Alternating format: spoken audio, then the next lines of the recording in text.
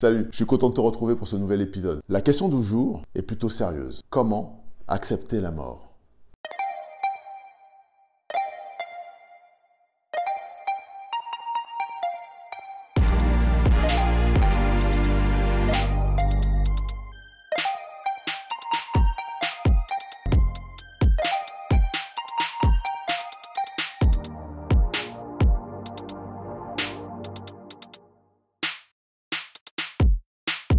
J'ai envie de te dire qu'il ne faut surtout pas faire ça. Accepter la mort, ce serait accepter que la partie est perdue.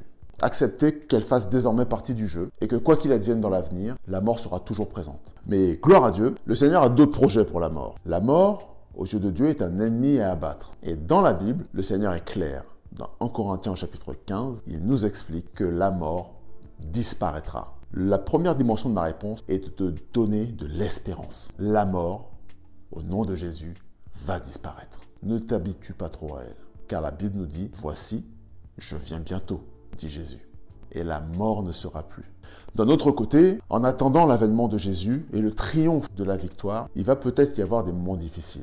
Peut-être que dans le passé ou dans l'avenir, nous allons être touchés par la mort, celle d'un proche ou d'un moins proche. Quand la mort frappe, elle crée ce sentiment de tristesse, parce qu'il y a une séparation à laquelle on ne s'attendait pas, une séparation qui n'est pas juste. Une séparation qui fait mal.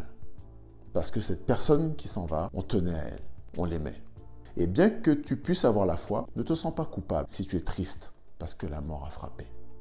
Si tu regardes dans Jean chapitre 11, lorsque Jésus apprend que son ami Lazare est mort, la Bible en quelques mots dresse le portrait émotionnel des personnes qui étaient présentes à ce moment-là. De la tristesse, des pleurs. C'est normal.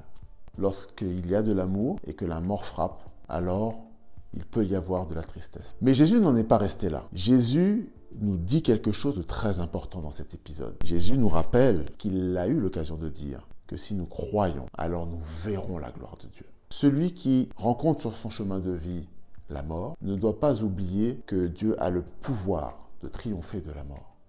Jésus a dit « Je suis la résurrection et la vie ». Ces mots sont tellement extraordinaires que peut-être tu n'arrives pas à les concevoir dans ton parcours personnel. Mais prenons le temps d'y réfléchir. Je suis la résurrection et la vie. Je suis la résurrection et la vie. La mort peut frapper, mais en aucune façon elle n'a le dernier mot. À tous ceux qui ont cru, alors il y a l'assurance de l'espérance de la vie à venir. Et pour sceller définitivement cette conviction dans nos cœurs, Jésus ne s'est pas contenté de dire qu'il est la résurrection et la vie et laisser Lazare mort dans son tombeau. Il a dit à Lazare de sortir du tombeau. Lazare sort. Quand on pense à la mort, on pense à la mort d'un proche. Mais la mort peut être aussi quelque chose de plus évanescent.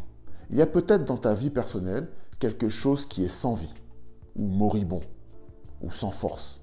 Et à cette dimension de ta vie aussi, le Seigneur Dieu peut insuffler de la vie qui va radicalement changer la donne. Lazare sort. Cette parole est aussi vraie pour toi aujourd'hui. Allez, je te donne rendez-vous dans un prochain épisode.